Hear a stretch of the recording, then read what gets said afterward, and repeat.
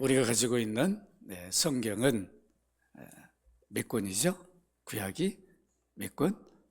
39권, 신약이 27권. 그래서 66권이죠. 이 구약은 모세가 기록을 합니다. 시작이 모세오경이라고 말하죠. 창세기, 출애굽기, 레위기, 민수기, 신명기.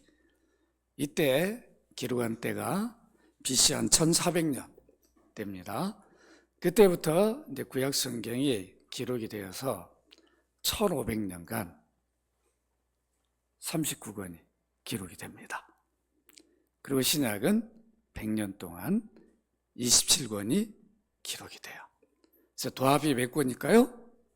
66권. 3927. 66에 3927. 전화번호 외우듯이 여러분들이 한번 외워보세요. 66에 3927. 아시겠죠? 이게 우리가 가지고 있는 성경이에요. 이 성경은 하나님의 특별 계시입니다. 이 특별 계시가 기록되어 있습니다. 하나님이 인류 구원을 어떤 방식으로 이루시는지를 기록하였기 때문에 성경을 구속계시, 구원계시라 이렇게 부르기도 합니다. 우리가 계시하면 특별 계시만 있는 게 아니라 일반 계시도 있어요. 일반 계시를 다른 말로 하면 자연 계시다 이렇게 말하기도 합니다. 우리 자연 이렇게 나무 풀을 누가 지었겠죠? 그래 안 그래요? 누가 지었는지 찾고 올라가다 보면 우리는 하나님 창조했다고 그러지만 세상 사람도 그렇게 생각 안 하죠. 지나는 자도 또 엉뚱한 소리 한다고 말해요. 근데 성경 분명히 하나님 창조했다. 이게 자연계시. 이 자연계시를 이렇게 보면 믿는 자들은 성경을 통해서 하나님 창조했다 이렇게 인정하지만 세상 사람들은 그렇잖아요. 그러니까 자연계시로는 하나님을 아는데 충분해요? 불충분해요? 불충분하죠. 대답을 좀 하시라고 제가 물어보면 아시겠죠? 안 그러면 날씨가 더우니까 졸 수 있다고. 일반 계시는 우리 안에 뭘 줬냐면 양심을 줬어요. 도덕 계시라고. 이 양심. 그래서 불신자들도 찔려요. 죄를 지면. 그 불신자들도 하나님의 양심을 주장하니까 심판자 앞에 딱 서면 꼼짝 못하는 거예요. 거짓말을 못. 누가 나를 전도를 안 해줘서 예수 못 믿은 이런 말은 못해. 핑계할 수가 없는 거죠. 그런데 이것만 가지고는 하나님을 아는데 불충분해요. 그래서 하나님을 아는데 구원 계시를 아는데 구속 계시를 아는데 충분하도록 기록했는데 그게 바로 성경이에요. 그래서 특별 계시다 이렇게 말합니다. 우리가 성경을 알면 하나님을 아는데 하나님 구원 역사 이루는데 충분해요. 알아야 충분한 거죠. 읽기만 해야 충분한 거예요. 이미 기록한 그 자체는 충분해요. 잘만 가르쳐주면, 잘만 전하면 그 이상 없어요. 충분합니다. 하나님 자기 계시가 문자로 기록되어서 만세 순전히 보존되게 하였습니다.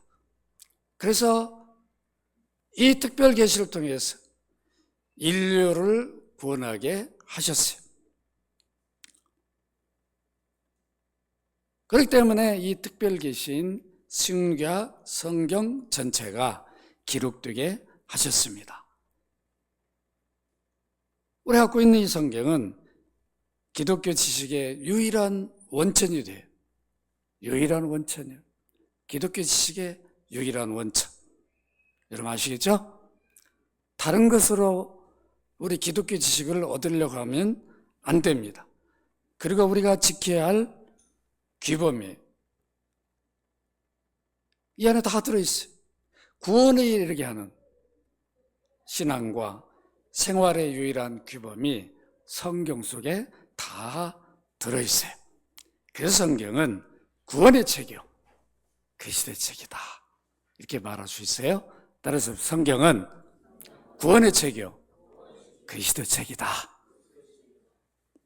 성경 하나님 말씀, 곧 하나님 입으로 선포했던 말씀을 담고 있기 때문에 하나님 계시 자체이고 하나님의 궁극적인 계시이고 완결된 계시입니다. 특별 계시인 성경이 기록되기 전에 계시를 받은 자들에 의해 전달받고 선포되었습니다. 특별 계시의 사건들 모두가 다 기록된 것은 아닙니다. 모두가 다 기록된 건 아니에요. 그리스도의 행적도 성경에 다 기록된 것이 아니다, 이렇게 분명히 말합니다. 요한복음 21장 25절 같이 한번 읽어보십시다. 시작. 예수께서 행하신 일이 이외에도 많으니 만일 낱낱이 기록된다면 이 세상이라도 이 기록된 책을 두 개 부족할 줄 아노라. 예수님이 공생에 3년을 했는데 3년 모든 하신 말씀, 행하신 일들을 다 기록한 게 아니에요.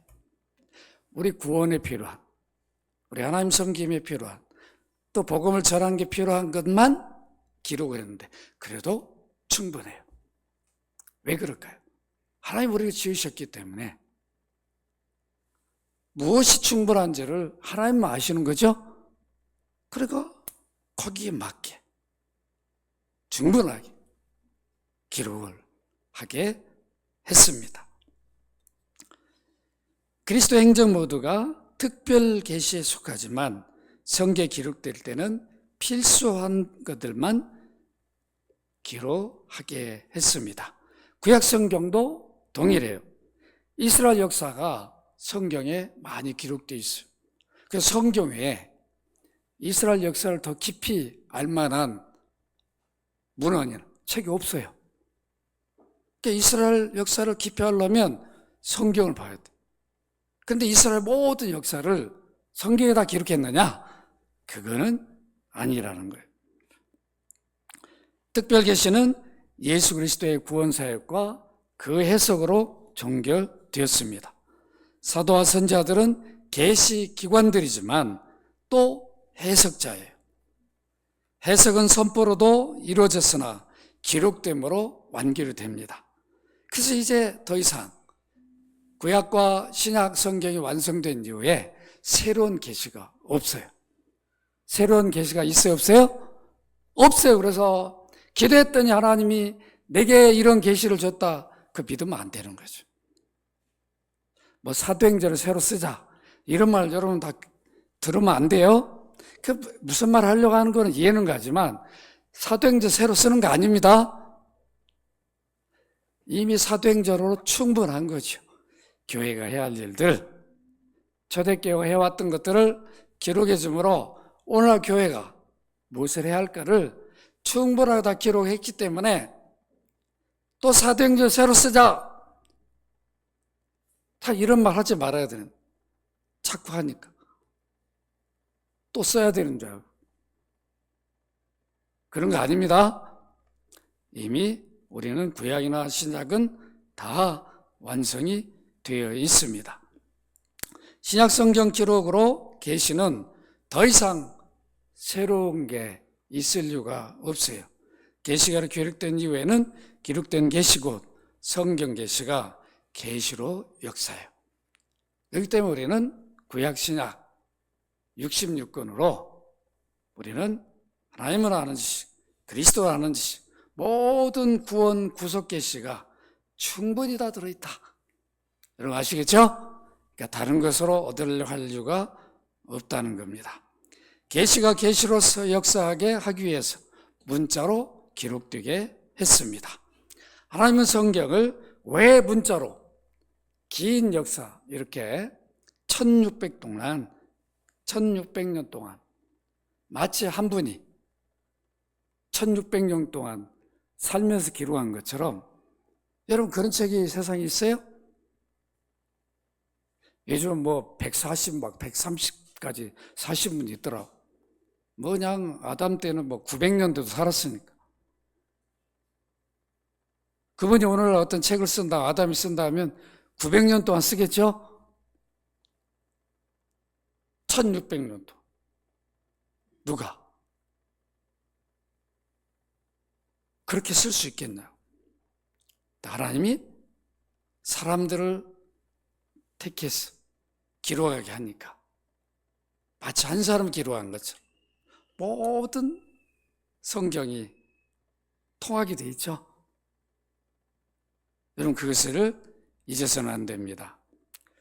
왜 하나님이 성경을 특별계시를 문자로 기록하게 했을까?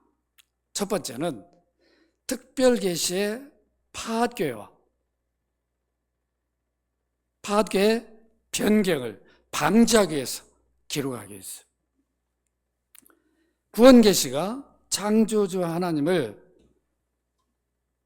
드러내주는데 구속계시를 알려주는 역할을 해야 되는데 세상은 그걸 반기는 게 아니라 대부분 거부하고 반대하는데 이 특별계시가 주어집니다. 그러다 보니까 어떻게 할까요? 성경을 금서목록으로 지정해서 갖지도 못하겠죠? 역사 속에 있어요, 없어요? 성경을 갖고 있으면 소장하면 죽었어. 아무나 읽지도 못했어요? 이런 때가 있었으니까 얼마든지 그 내용을 파괴하거나 변경, 변조할 수 있게 됩니다. 이렇게 된다면 계시를 주신 근본 목적을 이루지 못하게 될 것입니다. 그래서 이것을 막고 계시를 바르게 보존되고 전달되도록 하기 위해서 하나님은 특별 계시를 문자로 기록하게 하셨습니다. 계시가 문자로 기록되면 그 계시는 바르게 보존되고 주님 다시 재림하는 그때가 종말이죠. 그때까지 보존될 수가 있어요. 그러니까 우리가 지금 갖고 있잖아요. 지금 보존되고 있죠. 앞으로도 보존될 것입니다. 기록되지 않으면 전달 과정에서 얼마나 많은 변경이 이루어지지 않겠습니까? 우리의 마음대로 오늘날 성경 번역도 그러잖아요. 어느 때는 이 시대에 맞게 해야 된다고 해석하다 보니까 본래 본문의 의미가 퇴색되어 버리는 이런 경우도 지금 우리가 경험하고 있습니다. 추가나 삭제가 얼마든지 가능해져요. 기록이 안 됐다면 전달자, 전수자 의도대로 얼마든지 임의로 변형하거나 조작할 수 있습니다. 그래서 이런 것들을 못하도록 하기 위해서 특별계시를 문자로 기록하게 했습니다. 특별계시를 왜 문자로 기록하게 했는가? 둘째는 인간의 기억 한계 때문이었어요. 인간의 기억 한계. 구전, 입에서 입으로 전달되어서 아무리 반복적 학습을 한다 할지라도 우리 인간의 한계가 있죠? 기억의 한계. 달라요. 여러분 이제 좀 사이즈가 큰 교회는 1부, 2부, 3부, 4부 예배까지 하는데 재미있는 현상이 있어요. 목사님이 똑같은 설교를 하는데 조금씩 다르다는 거예요. 그래가지고 사무실에서 4개 중에 제일 잘한 거를 이제 유튜브에 올리고 그런다고 그러더라고요. 아니, 원고는 똑같은데 설교할 때 어느 때는 빠뜨려 버리기도 하고 어느 때는 더 하고 그래서 이렇게 비춰보니까 비교해보니까 아이고 3부 때 설교가 제일 낫습니다. 이렇게 여러분 말이라고 하는 것은 넣을 수가 있고 뺄 수가 있어요. 여러분 이해가 가죠? 성경을 말로 전하다 보면 전달받은 사람이 다른 데 전할 때 뭔가 자기 기여한 게 때문에 빠뜨릴 수도 있고 또 제대로 이해 못하면 또 자꾸 다른 소리 할 수 있고 여러분 이해가 되죠? 이런 일을 하지 못하도록 성경을 특별 계시를 문자화해서 기록하게 했어요. 이게 우리가 갖고 있는 성경이에요.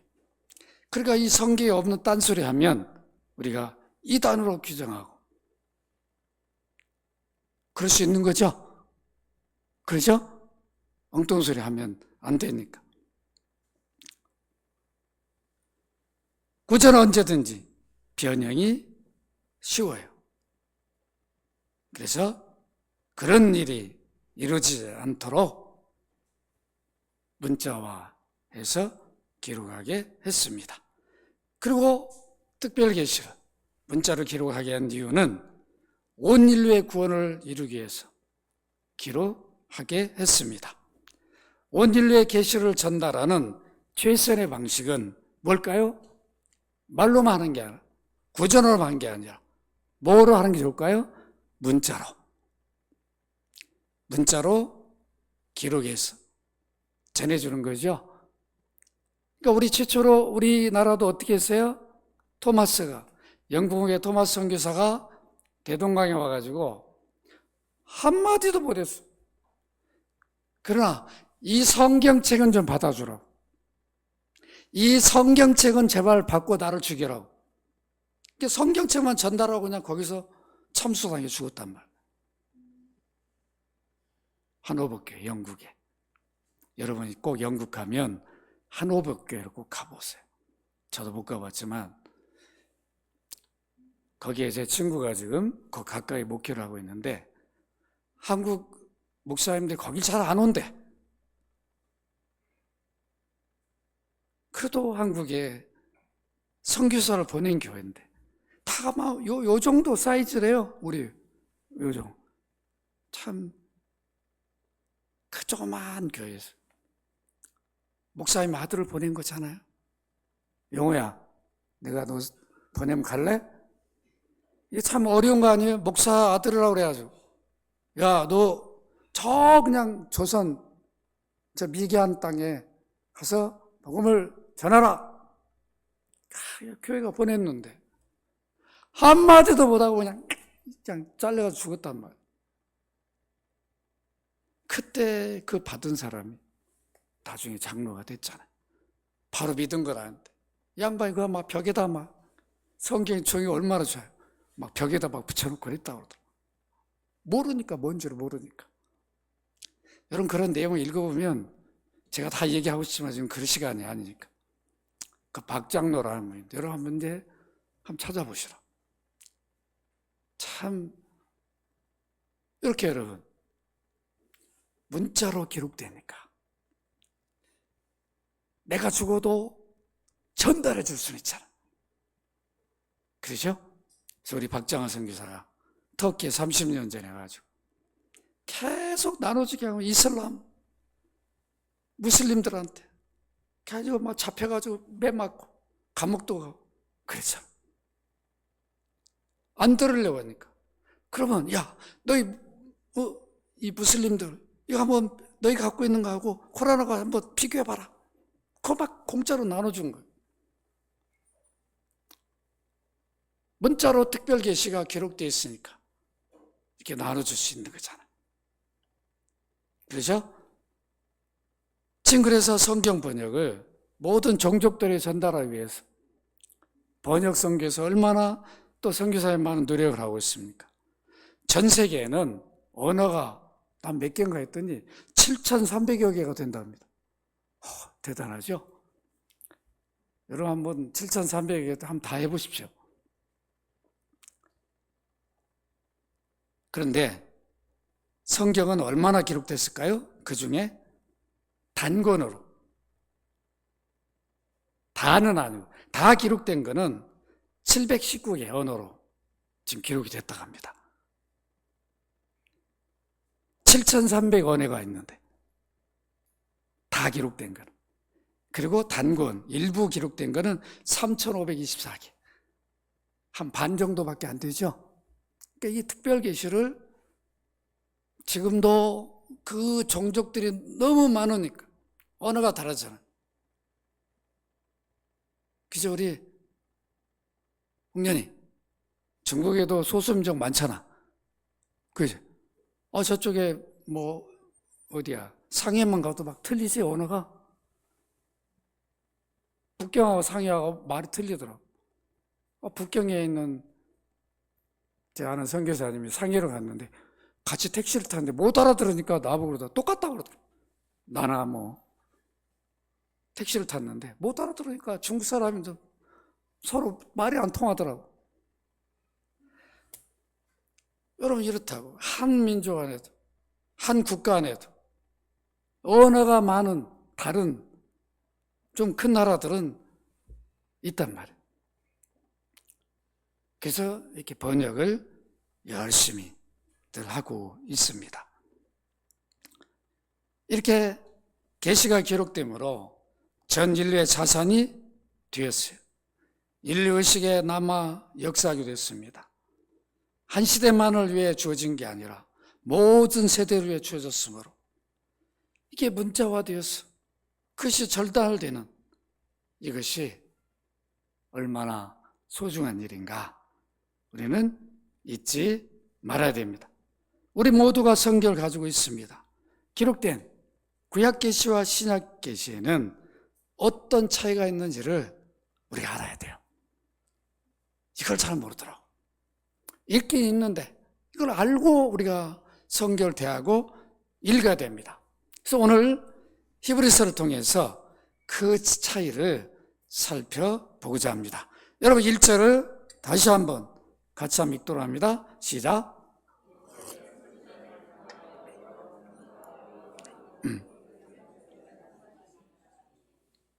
여기 옛적은 모세를 통해서 처음 성경책 첫 부분을 주잖아요. 창세기서부터. 그러니까 인류, 창조, 타락, 또 모든 문제가 왜 발생했는지, 하나님이 어떻게 그 타락한 그들을 구원했는지, 언약이 무엇이고, 인간 하나님이 왜 지었는지, 창조 목적, 그리고 어떻게 창조하셨는가, 창세기에 다 기록이 되어 있는데 바로 모세가 BC 한 1400년경에 창세기 모세오경을 기록할 그때부터 구약 전체를 기간을 히브리서 1장 1절에 옛적이다. 여러분 이해가 되죠? 옛적이다 하는 의미예요. 구약시대 모세로부터 성경을 준 그때부터 그 기간을 옛적에 선지자를 통하여 여러 부분, 여러 모양, 여기 모양은 방식을 말합니다. 우리 조상에게 말씀하신 하나님. 옛적에 구약시대에는 누굴 통해서 말씀했다는 거예요? 하나님 말씀을 누굴 통해서? 누굴 통해서요? 누굴 통해서요? 선지자를 통해서. 그러면 옛적에는 구약시대에는 하나님 말씀을 전달하는 방식이 달랐다는 거예요. 전달자를 통해서 전했다. 그것을 히브리서는 밝혀주고 있어요. 반드시 전달자를 통해서 직접 전하지 않았어요. 직접 전하면 깨닫지를 못해요. 알지도 못해요. 그래서 하나님이 특별한 사람들을 세워서 누굴 세웠어요? 족장들. 아브라함, 이삭, 야곱, 요셉. 이들이 족장이죠. 하나님과 직접 대면한 이들을 직접 불러가지고 그 다음에 이제 모세. 근데 왜 여기 히브리서는 족장들을 빼고 선지자만 언급할까요? 구약 성경을 대부분 누가 기록했어요? 선지자들이 기록했죠. 선지자들 통해서. 그래 안 그래요? 모세도 선지자 아니에요? 선지자 아니에요? 선지자 아니에요? 선지자죠. 여러분 찾아보십시다. 신명기 34장 10절 12절 같이 읽습니다. 시작. 그 후에는 이스라엘의 모세와 같은 선지자가 일어나지 못하였나니 모세는 여호와께서 대면하여 아시던 자요 여호와께서 그를 애굽 땅에 보내서 바로와 그의 모든 신하와 그의 온 땅의 모든 이적과 기사와 모든 큰 권능과 위엄을 행하게 하시매 온 이스라엘 목전에서 그것을 행하던 자이다. 모세가 뭐라고요? 선지자죠. 그러니까 창세기에서부터 모세오경을 기록했는데 옛적에는 선지자를 통하여 왜 이렇게 말했는가? 여러분 이해가 되죠? 그럼 신약에 그럼 모세를 뭐라고 표현했는가 한번 사도행전 3장 22절 같이 한번 읽도록 합니다. 시작. 모세가 말하되 주 하나님이 너희를 위하여 너희 형제 가운데 나 같은 선지 하나를 세울 것이니 너희가 무엇이든지 그의 모든 말을 들을 것이니. 구약을 인용해 주죠. 모세를 선지자다. 그러니까 신약 백성들도 모세를 선지자다 이렇게 말할 수 있습니다. 사도행전 7장 37절 같이 읽습니다. 시작. 이스라엘 자손에 대하여 하나님이 너희 형제 가운데 나와 같은 선지자 세우려 하던 자가 곧 누구라? 모세다. 그러니까 모세도 선지자란 말이에요. 족장들도 선지 역할을 한 거죠. 여러분 선지자는 뜻이 뭐예요?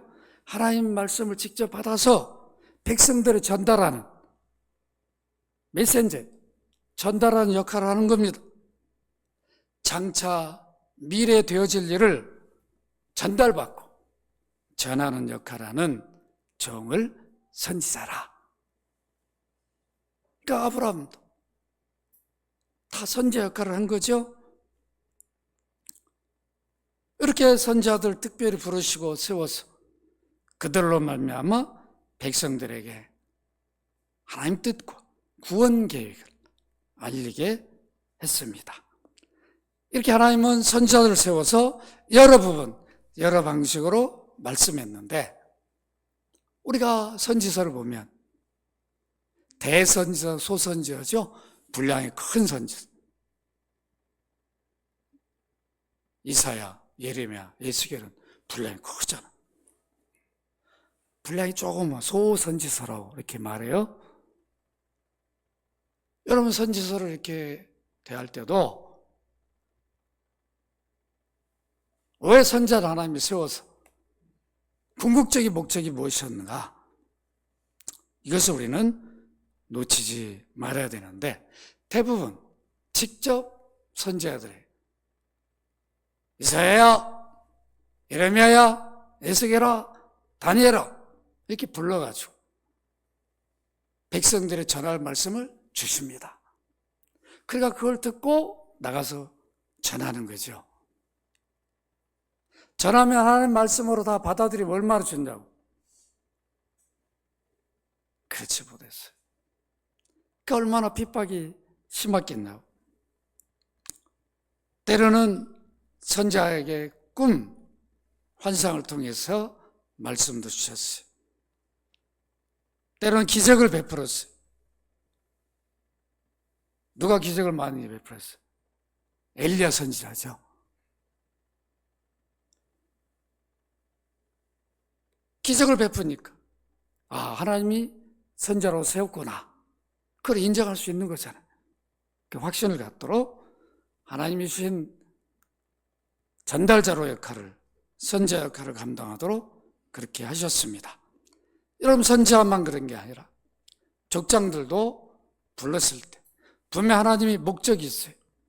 그들에게 주신 소명, 사명이 무언가를 우리가 한번 구약의 어떤 방식, 어떤 모습으로 하나님이 특별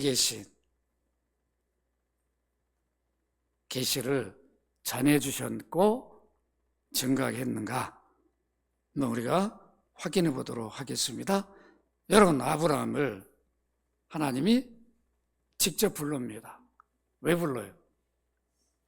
하나님이 아들을 구원주로 보내야 되잖아요. 그 땅을 준비하게 만들죠. 그래서 아브라함을 선택해서 사명을 줘서 보내요. 여러분, 창세기 12장 1절을 같이 한번 읽도록 합니다. 시작. 여호와께서 아브라함에게 이르시되 너는 너희 고향 친척 아버지 집을 떠나 내가 내게 보여줄 땅으로 가라. 내가 너로 큰 민족을 이루고 내게 복을 줘 내 이름을 창대하게 하리니 너는 복이 될지라. 내가 내게 보여줄 땅으로 가라. 이미 아브라함 봤어요. 가보지도 않은 땅을. 내가 너를 보낼 땅은 이런 땅이다. 이게 구약 계시예요. 여러분 아시겠죠? 이런 방식으로 하나님이 정도를 세웠어. 말씀해 주시고 그걸 기록하게 했어요. 그래서 기록은 누가 해요? 아브라함이 한 게 아니라 모세가 하잖아요. 모세는 아브라함 보지도 못했는데 마치 아브라함 본 것처럼 아브라함 부르신 분이 모세를 불러서 아브라함아, 모세야, 내가 아브라함을 이렇게 했으니까 기록해라. 그렇게 기록한 거죠. 그 구약은 이런 방식이었습니다. 그리고 이제 아브라함은 그 땅에 가서 이제 가정을 이루고 또 100세에 낳은 아들, 얼마나 애지중지했겠냐고. 그 아들이 누구예요? 이삭이죠. 독자 이삭. 눈에 넣어도 안 아프다고 그러죠? 이제 이삭이 이제 좀 커가지고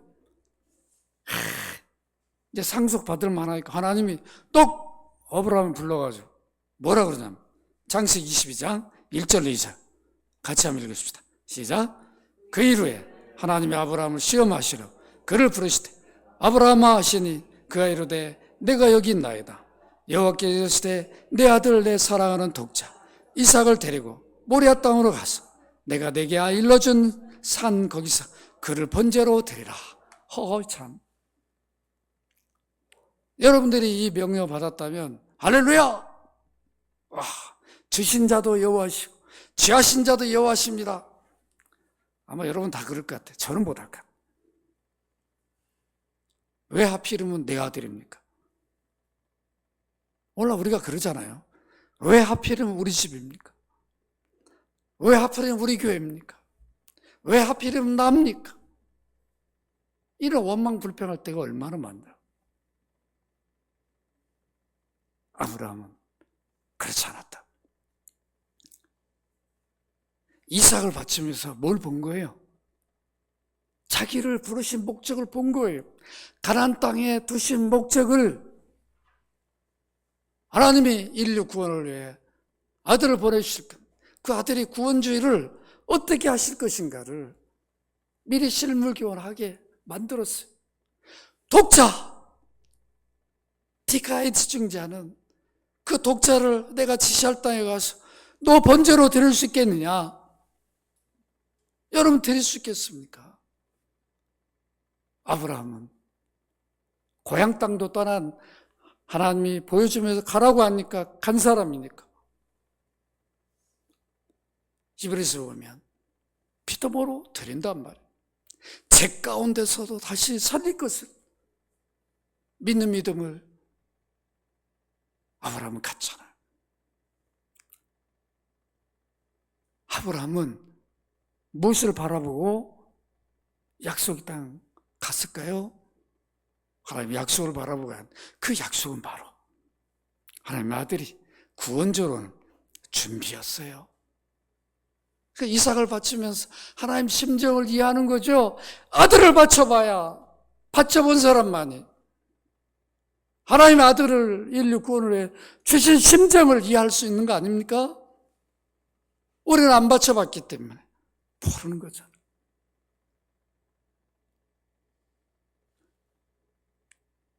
독자가 다르지만 그렇게 100세에 낳은 아들을 바쳐라! 그것도 번제로 자기가 죽여가지고 각을 뜨고 이렇게 해서 태워 죽여야 되는데 이게 보통 믿음 가지고 할 수 있는 일이냐고. 그때 아브라함은 하나님 인류 구원의 모든 역사를, 그 계획하신 일을 이루는 것을 봤어요. 그걸 누가 말씀하냐면 아브라함을 불러서 가나안 땅에 가게 하고 이삭을 번제로 드리게 했던 하나님의 아들이 인류 구원주로 오셔가지고 그 말씀을 하십니다. 요한복음 8장 56절 여러분 같이 읽습니다. 시작. 너희 조상. 요한복음 8장 56절 없어요? 제가 읽겠습니다. 이렇게 빠뜨릴 수 있단 말이에요. 첨가가 가능하고 빠뜨릴 수 있단 말이에요. 항상 내가 주는데도 빠지더라고. 참 희한해.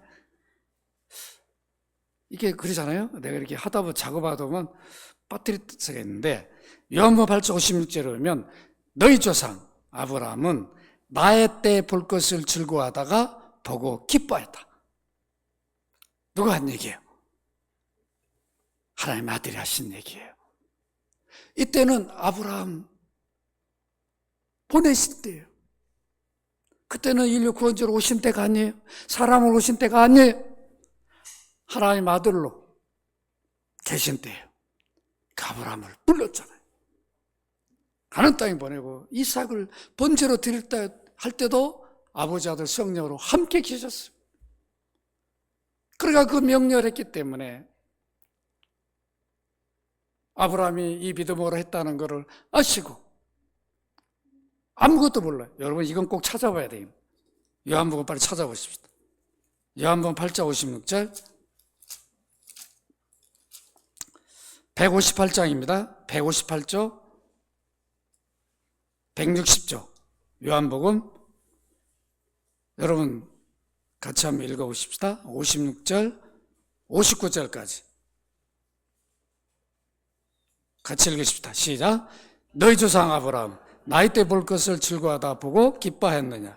유대인들이 이르되 내가 아직 50세도 못 되었는데 아브라함을 보았느냐.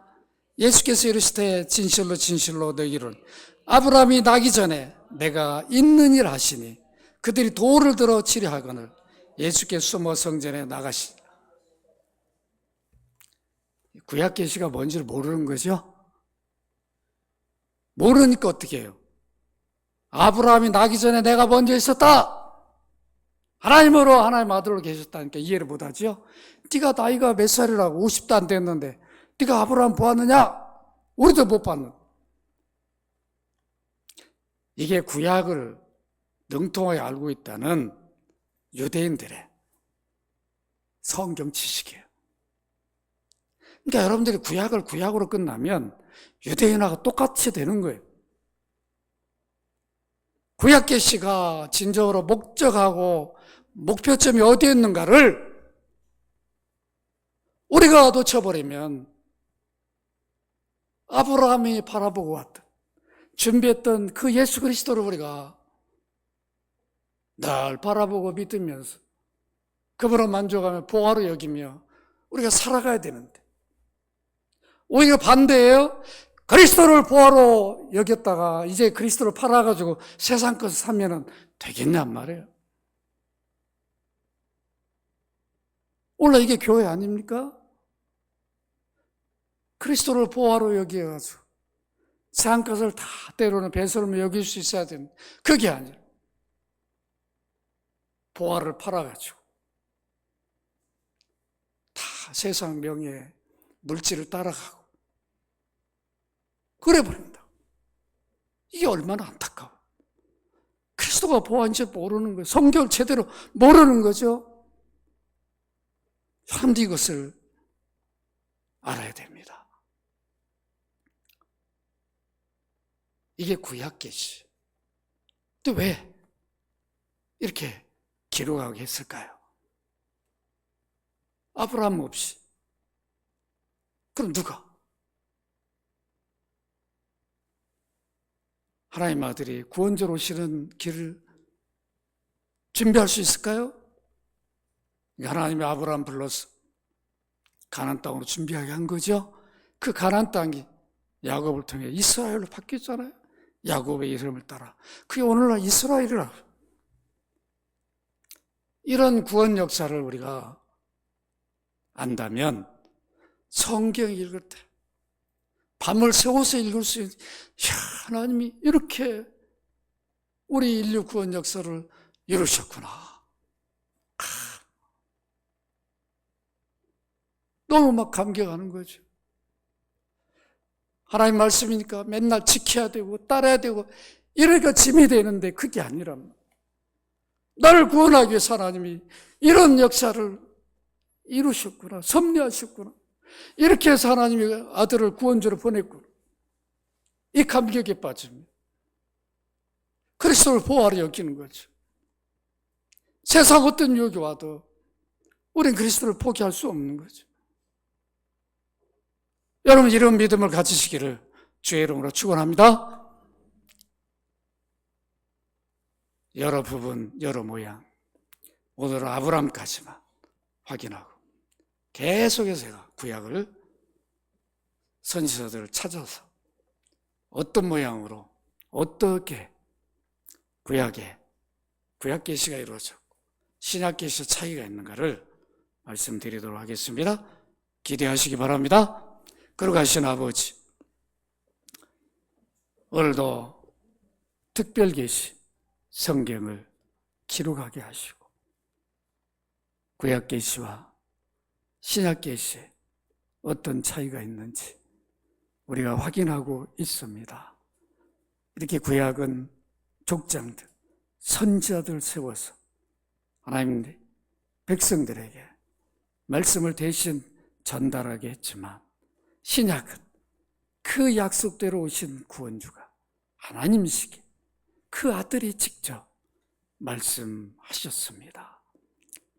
우리가 이번 계기에 구약 계시와 신약 계시 차이를 분명히 알고 우리 구원이 이런 과정을 통해 이루어졌음을 깊이 있게 깨닫고 감사하며 찬송하며 그리스도를, 하나님 아들, 우리 구원주인 예수 그리스도를 진정한 보화로 여기고 살아가는 우리 성도들 되게 하여 주옵소서.